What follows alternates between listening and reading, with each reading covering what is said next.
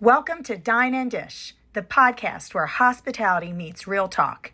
I'm your host, Michelle DeMeo, Restaurant Diva, serving up the stories, strategies, and behind-the-scenes truths of the restaurant business.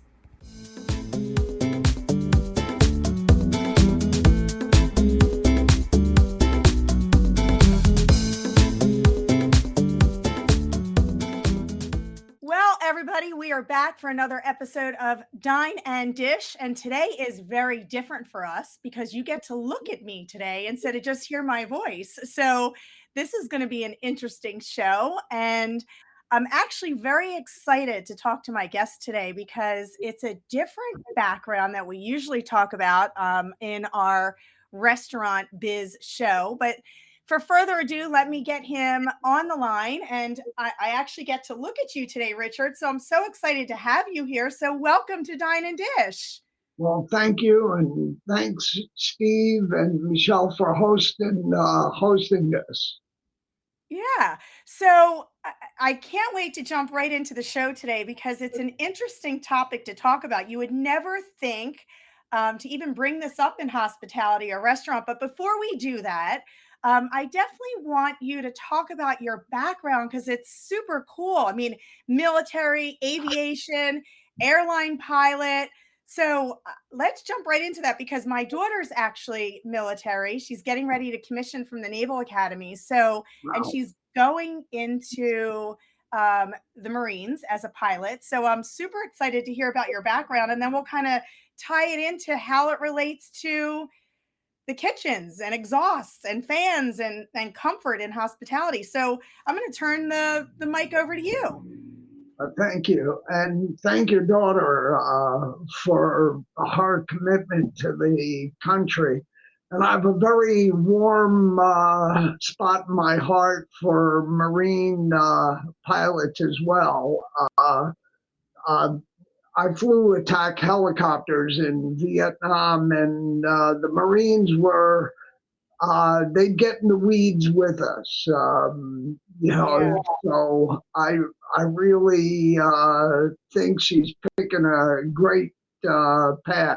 Uh, and it's best thing, flying is fantastic. And when I came out of the military, I just couldn't lose the bug and went into flying for the airlines. So I had a wonderful career and that really got to visit the world.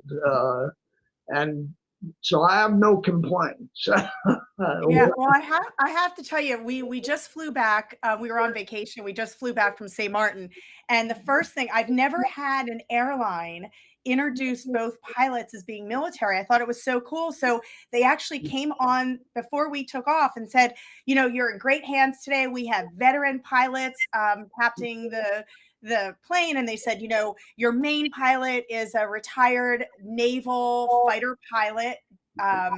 And the co-pilot was also military. He was Air Force. So I thought that was super cool. So after we landed, of course, I had to go talk to him and say, you know, oh my God, my daughter's graduating and commissioning from the Naval Academy. And I said, so excited. So I talked to him for a little bit. So when I saw your background, I thought, wow, this is a cool way to start the show. It sure is. And I tell you, she'll have a great life. I've obviously, from my experience in Vietnam through the airlines, flying with naval aviators and Air Force folks, it does make a difference, the intensity of the training. So she'll love it. You know, it's she great. does already. I mean, she's loved her whole career so far at the Naval Academy. So, and it's been amazing for her. I mean, the education and the training, and I mean, just it's so impressive at what those kids go through. But we can talk the whole show about the military, but we got to get into our topic today because you know I'm going to pick your brain. But so when you retired from aviation, you transitioned into tech and innovation. So do you want to talk a little bit about why you made that transition and, how it relates. And I guess the best way to describe it to our listeners is based on the environment and the comfort of when you're in a restaurant and hospitality. And we'll get into all the details of fans and HVACs, but let's talk your transition, if you don't mind starting there. Well, not at all. I tell you, for myself, I'm too neurotic to sit still for long. So I just never felt that retirement was, to be a leisurely a process. For me, it was much better if I involved myself in. I've always loved science. I've always loved mechanical devices. So it was a natural progression for that to occur. Mm-hmm. Coming across an ability to, create a system that actually addressed energy savings, but comfort, improvements in indoor air quality, all of that drove us into this journey. And the journey, though relatively long, to me is well worth it because we're coming out with our latest version of the system, and it is absolutely, the performance is great. Everything about it is what we always wanted to get to. So our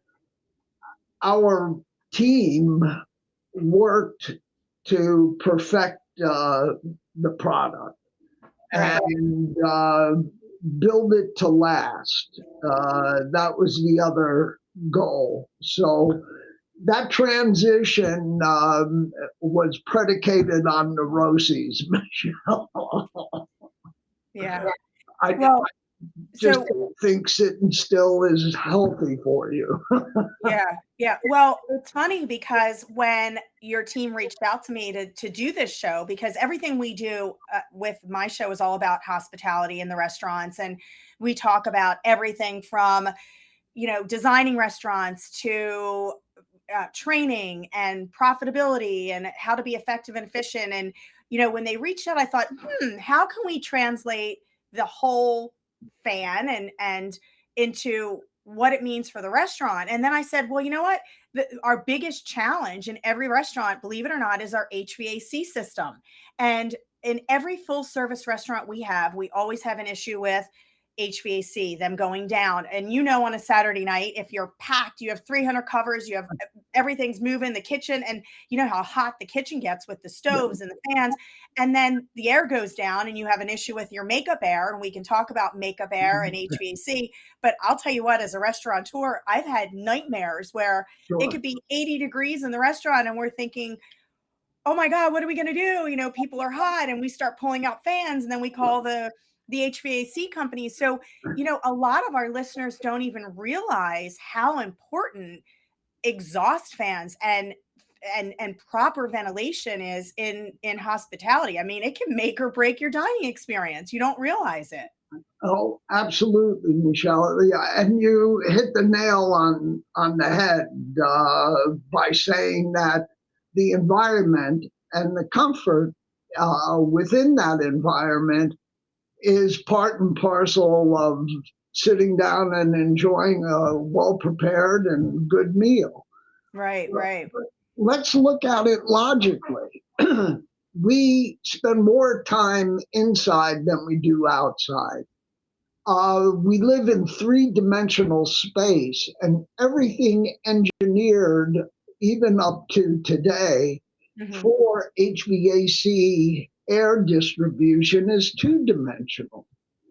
So for the person who's sitting in front of the vent that's blowing directly on them, they become uncomfortable. Oh, I hate it. It's my biggest pet peeve. You go into a restaurant and the first thing I do when I sit down is I look up to make sure that vent is not, because I'm always cold. So you're either hot in some parts of the restaurant or you're cold because they sit you under a vent and the vent just like streams right over your head. And that's not fun when you're trying to enjoy your food, you know? No, it's not. And the food gets cold quicker, and Correct. everything is not the way it should be. Um, but let's go back to just a single line of air being blown and under a force that is unnecessary, except for the fact that the designing engineer had to get that cold air from where it's emanating to the other side of the room. Mm-hmm. So the blower goes at a high rate, but what truly happens is all that cold air being produced coming out of the system goes to the floor, and that's the physics of of it, and it's natural. It's the only way it works. There's no getting around that particular process. Cold air is denser. Denser air is heavier, and it lays on the floor. Mm-hmm. So our system lifts that cold air up and in a gentle fashion distributes it to everywhere in the room. So what is the outcome of that? Well, your humidity is reduced throughout the vertical portion of the room, and obviously all walls are reached. So floor to ceiling and wall to wall, you get a singular temperature. You get air movement, not that isn't forceful, and you get energy efficiency out of it as well. Comfort, energy efficiency, and a better indoor air quality. Right. And that indoor air quality is because we diffuse or dilute um, people talking, sneezing, coughing, emanating what people emanate. I mean, we're human. That's what we do. So by lifting it up and circulating it and allowing the return air, which is always up high, to pick it up so the filters actually work better, we created an environment where even people at the other side of the restaurant sitting, they're comfortable. They're not too hot. Yeah. So let me ask you a quick question. So you brought something up about air quality. And every show that I do, I've been doing this for a year now, and every show, of course, the big word comes up. Well, there's two: COVID and AI. We always talk COVID and AI because COVID changed, obviously, the world. So you made a comment about air quality. So rewind a little bit about your vision and the whole room air circulation versus traditional fans, because now there's so many people that wear masks when they go out. They're still wearing masks on planes. They wear them in restaurants. How has that changed? Because we haven't really gotten into the exhale fan and how this whole process works and the bladeless fans, but talk about how the air quality and having the right fan, the right circulation is actually better, not just for the dining experience, but also for, like you talked about, for health and circulation. Absolutely. And here's where it all starts. Yeah. As we discussed, cold air is on the lower region and stays on the lower region of the room. Mm-hmm. The viral plume is also, when we cough or expel things, if it's in a traditional air circulating environment, it's linear. It's passed from one to the next downstream. Mm-hmm. Our system lifts the air up and then distributes it 360 degrees. And what we have measured is that the parts per million of any pollutant within the given area is now diluted and distributed to where it becomes non-effective in infecting. Because the things that a virus counts on, like COVID, it's not just inhaling it, it's the density of what you're inhaling. So by reducing that density, you also reduce the opportunity to be infected. Hence, being outside, if the wind's blowing and some person has COVID, the probability of getting infected goes down tremendously. Yeah. And this is a very similar situation that we're bringing into a three-dimensional space that we live in. And it is those elements that I feel provide a real reason to use this system. It's not just energy savings, even though that comes about. And Purdue University did our quantitative analysis on that.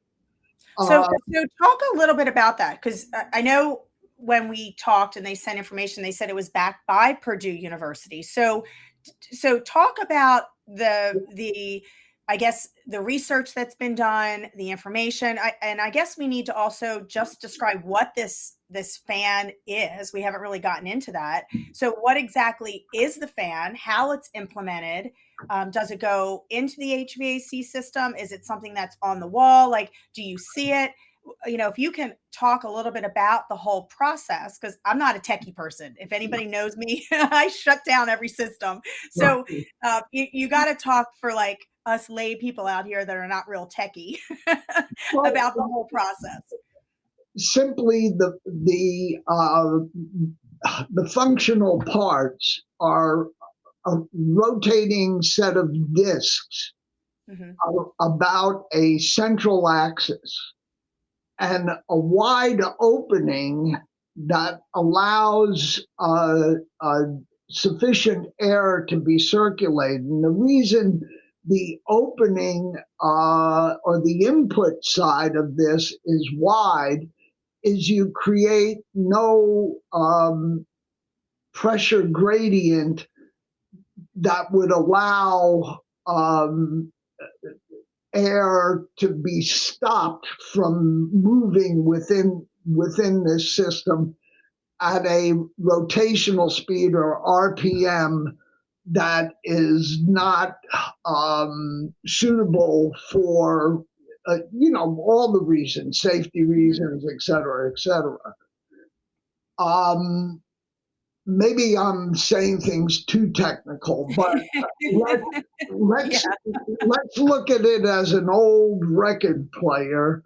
And the way it works is you have an old 33 RPM record player, and you drop water near the post that the record goes on. You drop some water there while it's spinning, and the water shoots out to the beyond the spinning record. This functions the same way.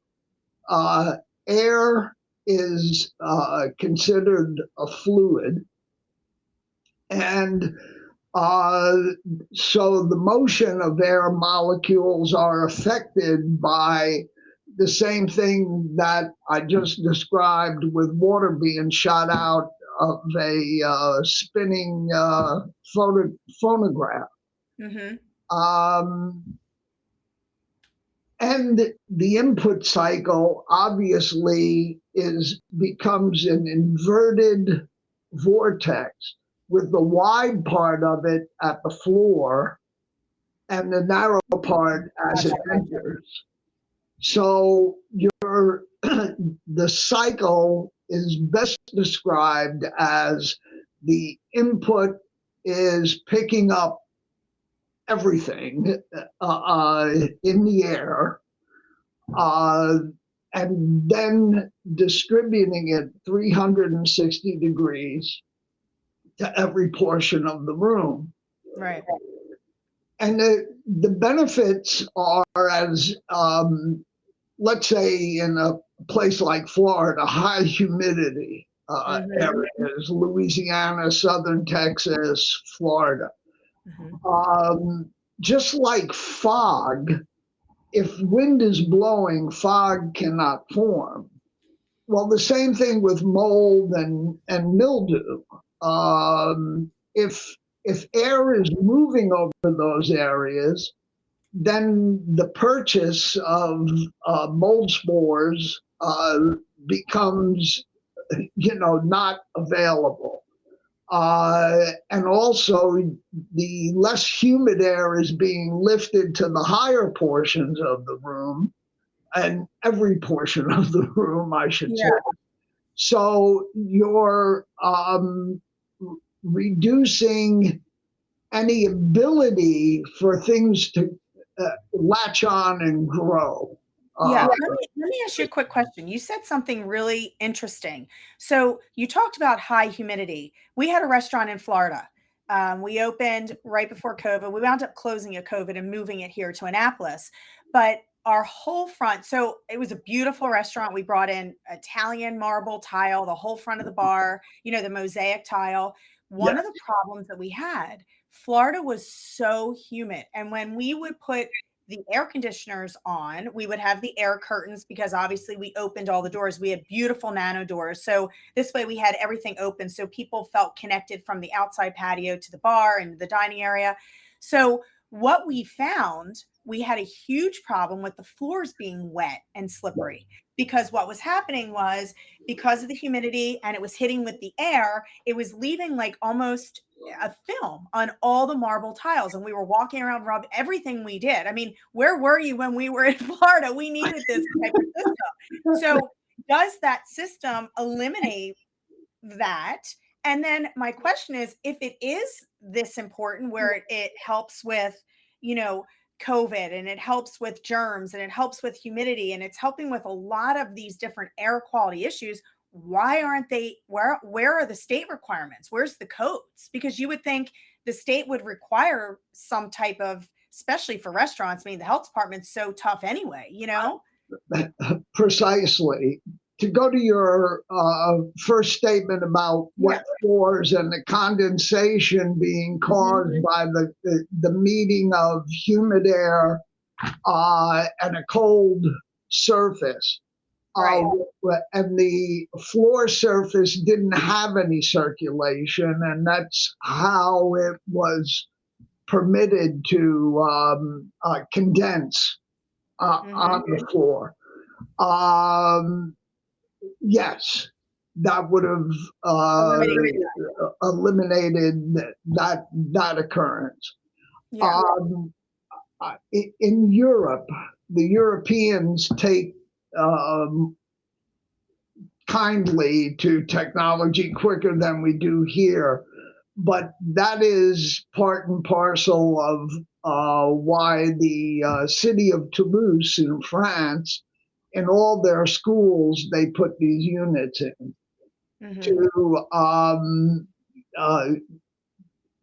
slow down kids getting sick, which they're good at. I remember mine, go to school, they come back, get me sick as well. Right. Oh, believe me, I have a 6-year-old. My oldest is going to be 28 this year, and my little one is going to be 7 in 2 weeks. So every time, I say it all the time, they're all little sick monsters. They go to school and they come home and they just share their germs. I've never seen it. We need it not just in restaurants, we need it everywhere. So keep the germs outside of my house.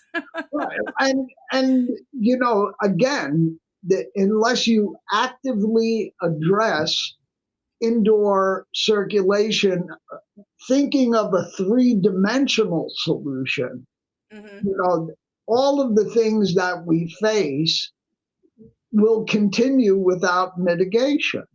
So I'd love to see us get into that. We are in the U.S. Army barracks at Fort Wainwright in Fairbanks, Alaska, and they keep for the GIs in in their barrack room, and it works very well for heat distribution as well as keeping them cooler in the summer months because they don't have air conditioning there. Yeah. So for them to get a good rest, I mean, the Army put those in there. I would love to see us be able to uh, talk to people and in those disciplines that you just iterated. Hmm. Uh, we have solutions, Yeah. so I'm hoping uh, to be able to do that as well. Yeah. So let's get truly into restaurant operations. Yeah, So obviously this can work everywhere. It works in schools and it works, I mean, everywhere. It should because of what you're saying. It keeps us healthy, it keeps air quality healthy. And I mean, obviously that's what we want. But talk about, you mentioned a little bit about savings, energy savings. yeah. So what should a restaurant operator know and kind of tie that back to our industry? So are there renovations required? Does it go into the HVAC? Especially now, I mean, utility costs in restaurants are crazy. I mean, they just get more and more, and it's just ridiculous. So, how does it impact the margins? Like, let's talk restaurant bottom line. Because, I mean, we talk every show about how does the product help the bottom line and how do we become more effective and efficient and creating restaurant. I mean, restaurants are the most volatile in the industry, 80+% fail. So what we're trying to do is bring to the listeners, you know, solutions for them and for our operators and, tie that back for me and help me understand how this helps the bottom line and helps the energy savings. And absolutely, Michelle. And here's the way I'd like to initiate that. Purdue Hmm. University accomplished two studies for us. Number one, does it do what we say it does? And Hmm. they proved that in their laboratory. The second study is okay, you save energy, how much? Right. All right. So in their study approached a large office building, a large hotel, and a large school.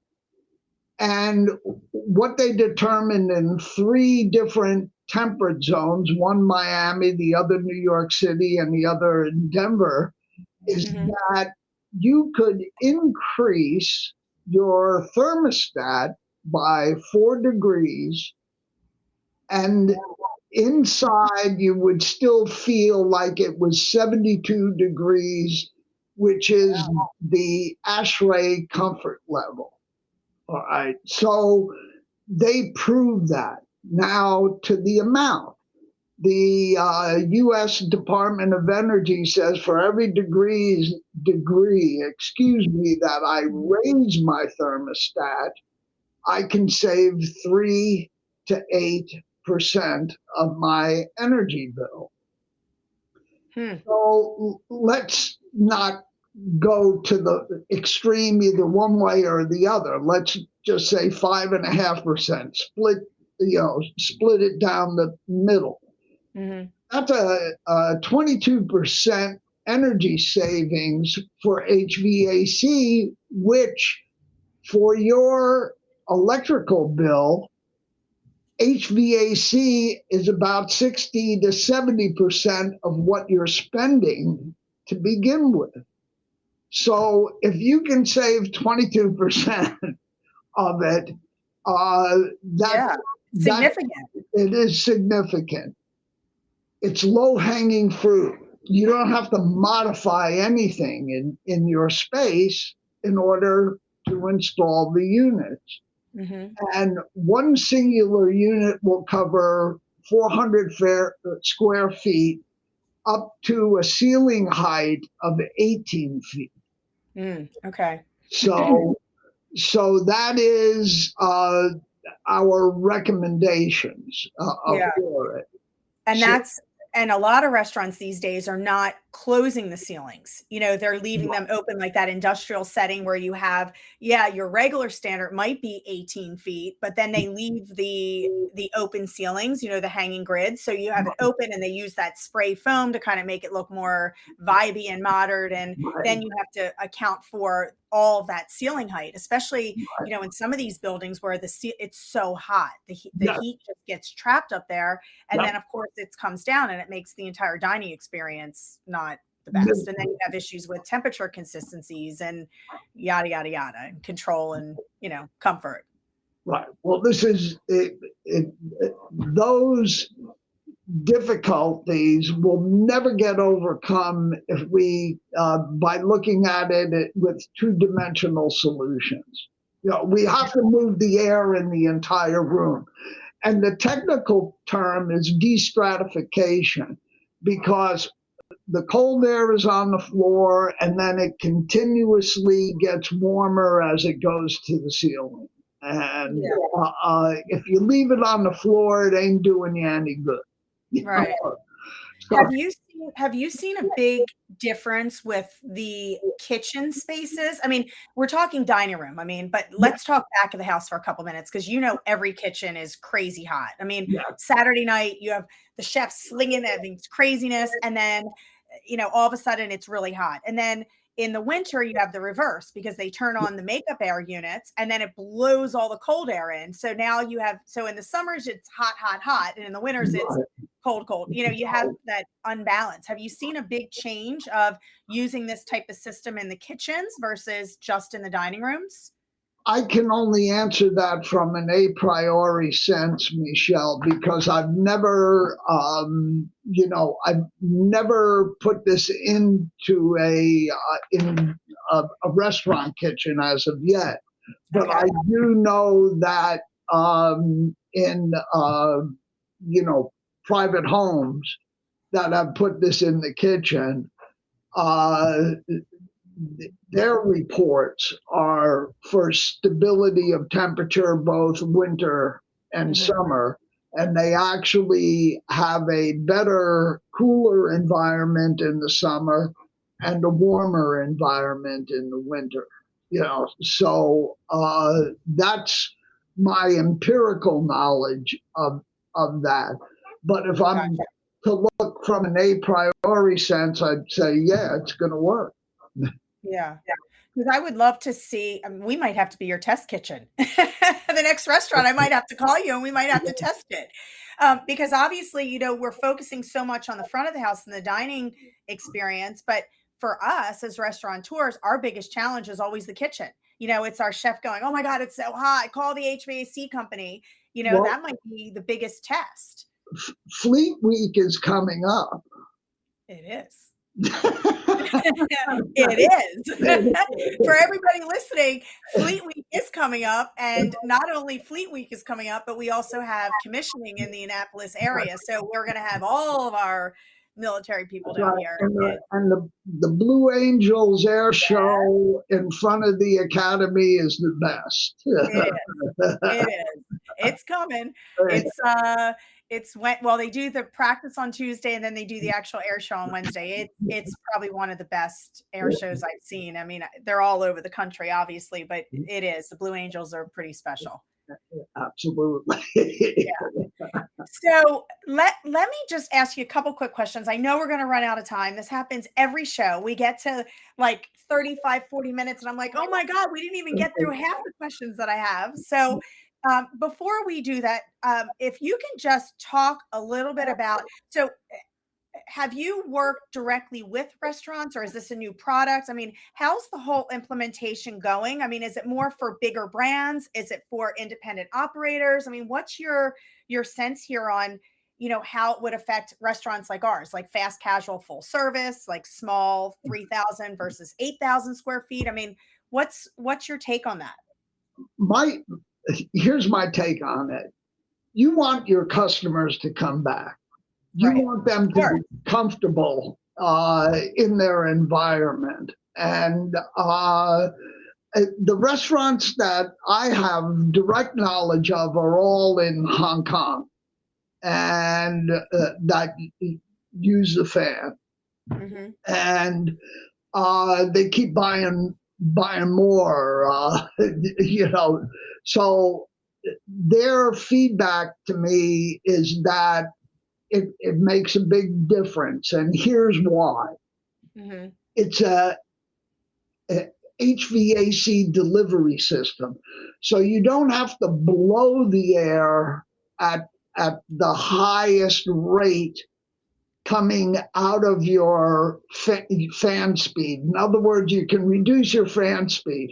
That fan, on average, draws about 1,500 watts, which is a hairdryer. That's a high energy consumption, just the blower of the HVAC system. So you can reduce that by 50%. And you can circulate the air everywhere and efficiently in the restaurant. So their customer comfort, as when they report to me, is precisely why they do it. Now, they're interested in savings as well, savings energy. Because what happens to us here happens throughout the world. So everybody's paying more for electricity. Mm-hmm. And they're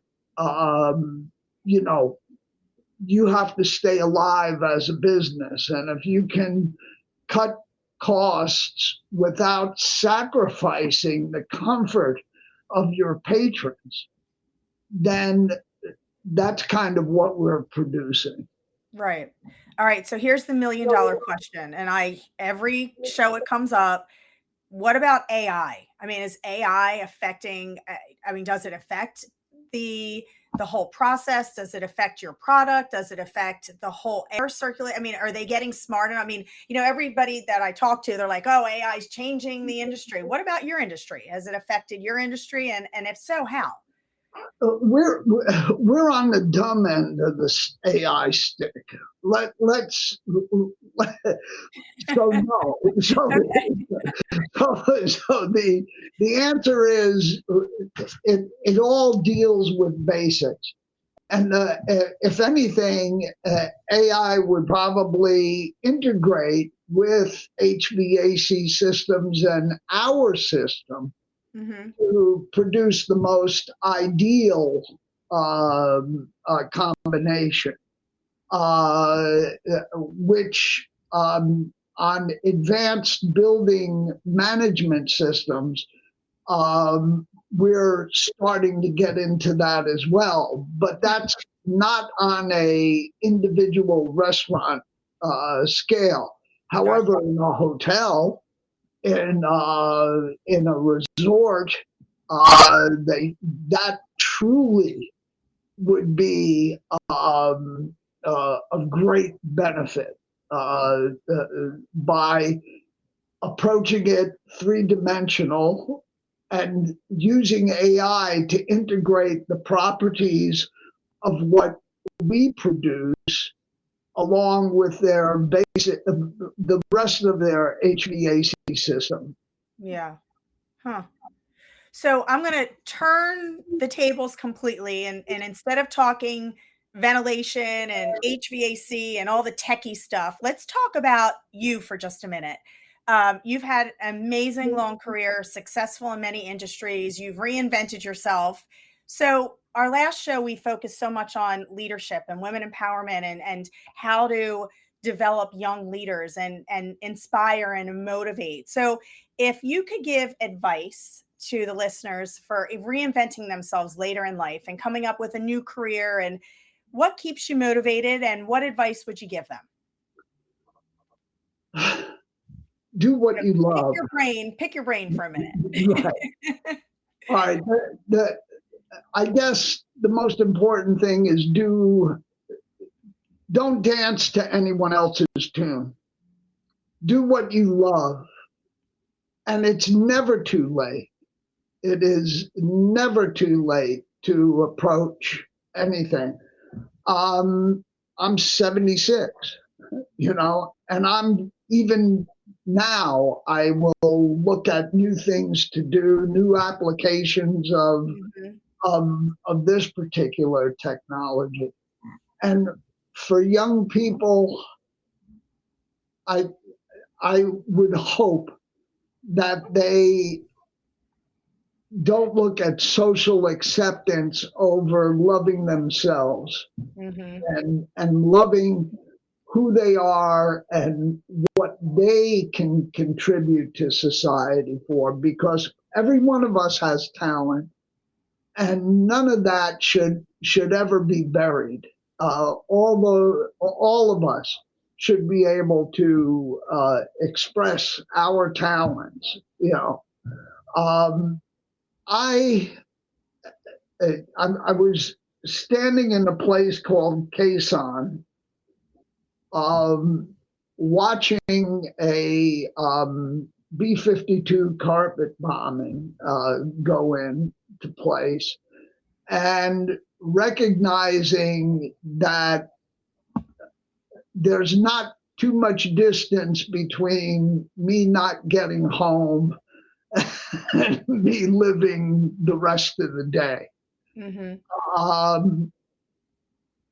It makes a difference. Every hour is precious. Every day is precious, and by doing things we love to do and recognizing that our fellow beings are exactly like us, want the same things, that is important. So, yeah, well, I love that you said love what you do, because I say that, to everybody that works for me and works for a company, I say it all the time. When you wake up and you don't love what you do, it's time to change what you do, because getting up and enjoying, you get to choose. You get to choose who you work for. You get to choose what you want to do when you grow up, whether you're 20 or you're 70, you still get to grow up and choose what you want to do. So you have to love what you do. Look, I started a podcast a year ago and I'm a restaurateur. So, you have to enjoy everything and keep building and keep motivating and keep inspiring. So I love that you said that. And, that's such an important part. And, before we run out of time, our show's coming to an end, and thank you so much for being on the show. This information was, even though it's not my wheelhouse, it was so interesting to learn about you and your background and all the amazing things you did. But for everybody listening, you know where to always find us. We're on Instagram, social media.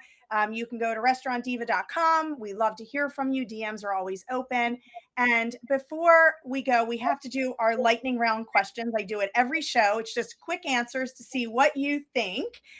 So one thing you think every restaurant wastes money on. The number one thing. Bladed ceiling fans. There you go. We're relating it back to our topic today. What about the most overlooked part of the guest experience? Human comfort. Yeah, I agree. I agree 100%. All right. Innovation or execution, which matters more to you? Ooh. Geez, that Michelle, that's tough. But I would. A little of both? I'd lean a little of both, but I'd lean towards innovation. Yeah. So that's an interesting question, because, nowadays there's so much that's new that you have to be innovative to stay relevant, to be able to execute and be effective and efficient. So I agree. It's kind of a 50-50. And then last but not least, one word that you would use for hospitality in 2026.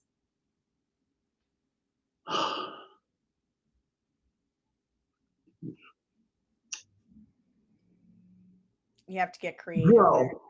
Grow up.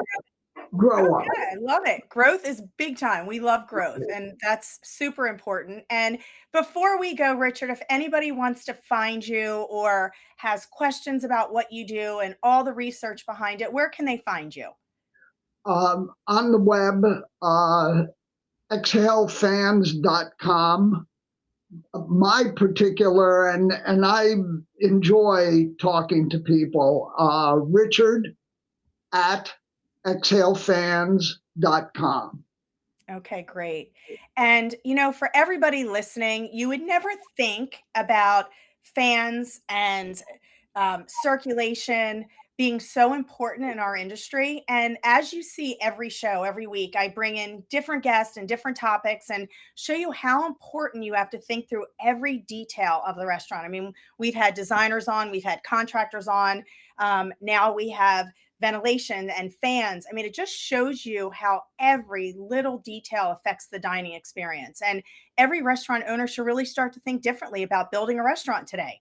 Whether it's a 900 square foot or 10,000 square foot, all these details really go into the bottom line. And, sometimes the biggest improvements in your business aren't what the guest sees, but maybe how they feel. Like you said, I mean, it's important. Comfort is the number one thing, you know? Yes, Michelle, and low hanging fruit. I mean, this is not rocket scientists. Yeah. Stuff, And Richard, any closing comments you want to leave us with before we end our show today? What I would like to do is just say to you, Michelle, as a host, me being a guest, this was a great experience for me. You're magnificent and delightful, and thank you for the opportunity. Yeah, thank you so much, as always. And for everybody listening, you heard it. It's the end of our show, and we'll be live every Wednesday morning at 6:30. We're streaming on all platforms. And Richard, thank you. You're an amazing guest, and I hope to talk to you soon. Yes, ma'am. All right, and that's a wrap, everybody. We'll see you next week. Thank you. Bye, Richard. Bye, dear. Bye.